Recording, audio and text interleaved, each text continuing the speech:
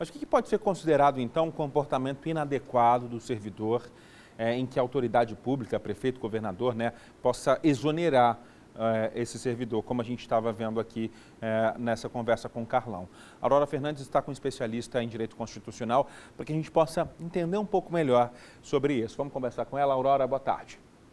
Roger, esse é um assunto complexo que merece mesmo atenção, já que o governo já anunciou que vai fazer essa apuração. A gente vai falar sobre esse assunto com o Ayrton Schutz, que é advogado, também professor, vai tirar nossas dúvidas. Primeiro, boa tarde, doutor. Boa tarde, boa tarde. Nesse caso específico de servidores que possam ter participado desse ato criminoso lá em Brasília, eles, falando de direito trabalhista, vamos dizer assim, eles podem ser responsabilizados de alguma forma pelo governo do Estado?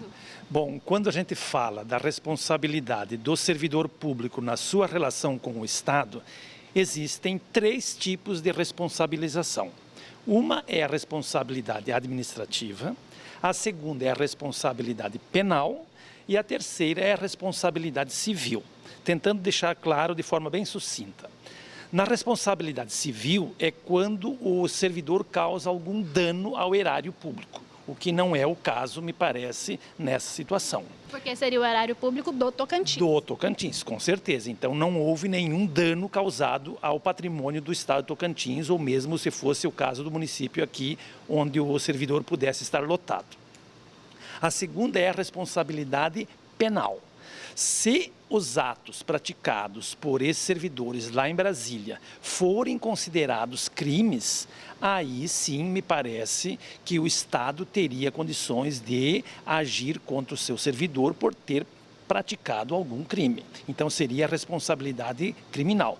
Óbvio, tem que ser aberto um processo de sindicância, um processo penal com ampla defesa e o contraditório, ou seja, a defesa que o acusado sempre tem de se defender, é um direito constitucional.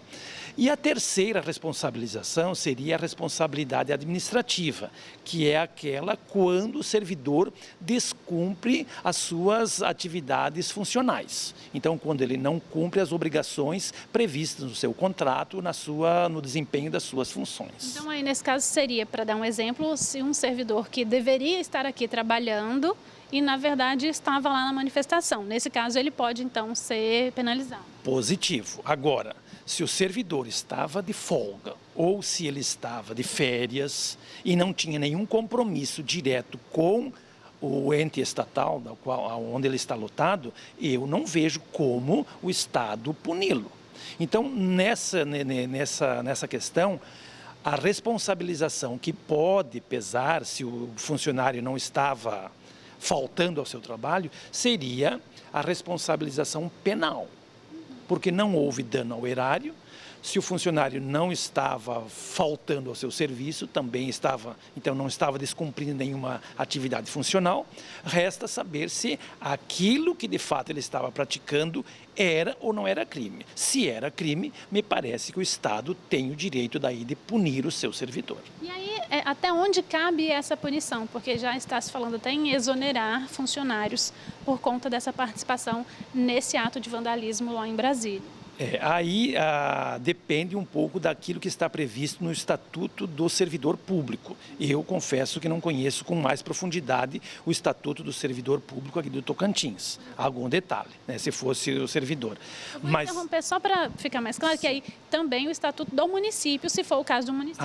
Positivo, isso para deixar bem claro, né? Então, se houver a previsão legal no regimento do servidor público, isso pode ocorrer. Mas se não houver, é claro que o Estado não pode fazer uma lei específica e aleatória para punir o caso concreto dessas manifestações lá em Brasília. E se isso aconteceria só depois que a pessoa fosse julgada, enfim, de que forma que isso ficaria comprovado, de que o que ela fez lá foi um crime? Embora a gente tenha ficado chocado, né, com o vandalismo que aconteceu, as coisas precisam acontecer conforme a lei, de acordo com a democracia que nós vivemos, né? As coisas precisam acontecer conforme a lei. Quando que isso fica configurado? Foi um crime? Bom, o crime tem que já estar previsto na lei, né? Não tem nenhum crime sem que haja uma lei que o preveja. Agora, muitas vezes a interpretação pode dizer, não, o que foi praticado é crime. A mim também me parece que foi, porque houve destruição de patrimônio público, houve a violação, ou pelo menos a tentativa de violação do Estado Democrático de Direito, pleiteando um golpe de Estado, ou seja, o rompimento da ordem estabelecida, da ordem legal estabelecida. Isso me parece que também é configurado crime. Então, existem elementos onde o Estado pode se basear para a punição penal. Mas é óbvio que o acusado, ele sempre tem e deve ter o direito de se defender, aquilo que nós chamamos da ampla defesa e do contraditório. Isso é um pilar, é um alicerce do Estado Democrático de Direito, já que ninguém pode perder um direito sem ter tido a chance de se defender de forma ampla e de forma bem, vamos dizer assim, absoluta. E é importante a gente deixar claro que dizer se foi ou não um crime vai ser a pessoa que vai julgar aquilo. Essa é apenas uma opinião a partir do que o senhor viu pelas redes sociais, pela televisão, leu em jornais. Não, mas assim, aí existe a forma, como que o Estado eventualmente vai punir. Existem duas formas, ou um processo criminal, perante o Poder Judiciário, ou também existe a possibilidade de fazer uma sindicância interna e fazer a apuração, e se ficar configurada a prática de crime, também poderá sofrer as sanções administrativas daí. Que não necessariamente precisa ser a exoneração, pode ter outros níveis de punição. As punições já estão também previstas no próprio regimento, no Estatuto do Servidor.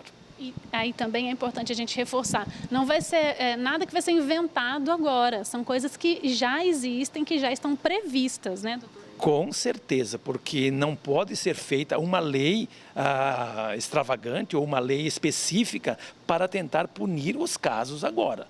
A lei não pode retroagir, a lei sempre é do momento que ela é prolatada para frente, nunca para atingir um fato ocorrido já no passado, como nós dizemos. E em relação aos servidores, a defesa deles vai variar, então, de acordo com o caminho que o Estado tomar para fazer essa punição. Se for judicial, é de uma forma, e se for administrativo ou interno, perdão, é de outra forma. É isso mesmo, né?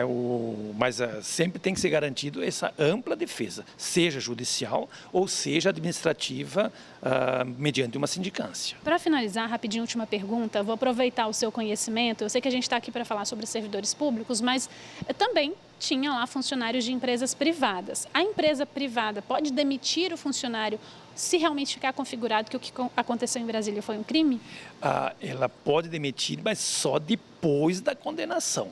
Então, vamos imaginar, o funcionário de uma empresa, ele é condenado na esfera criminal, perante o Poder Judiciário, como tendo praticado um crime, e esse crime, de fato, já não cabe mais recurso no processo, então, se ficar configurada a prática do crime, sim, a empresa poderá demiti-lo por justa causa. Muito bem, obrigada, doutora Ayrton, pelas informações. Roger. Obrigado, Aurora, pelas informações também.